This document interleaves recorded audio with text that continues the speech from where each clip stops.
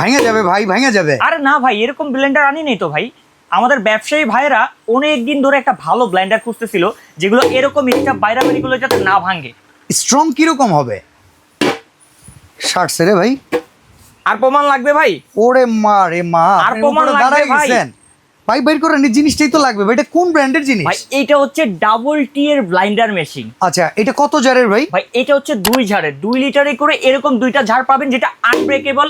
আর আইস ব্যবহার করলে ভাঙা ফাটার কিছু নাই, এরকম ওয়েট করলেও ভাঙা ফাটার কিচ্ছু নাই। আপনি যে কোনো রকমের জুস যদি করতে চান এটার ভিতরে করতে পারবেন, আদা রসুন পেস্ট করতে পারবেন।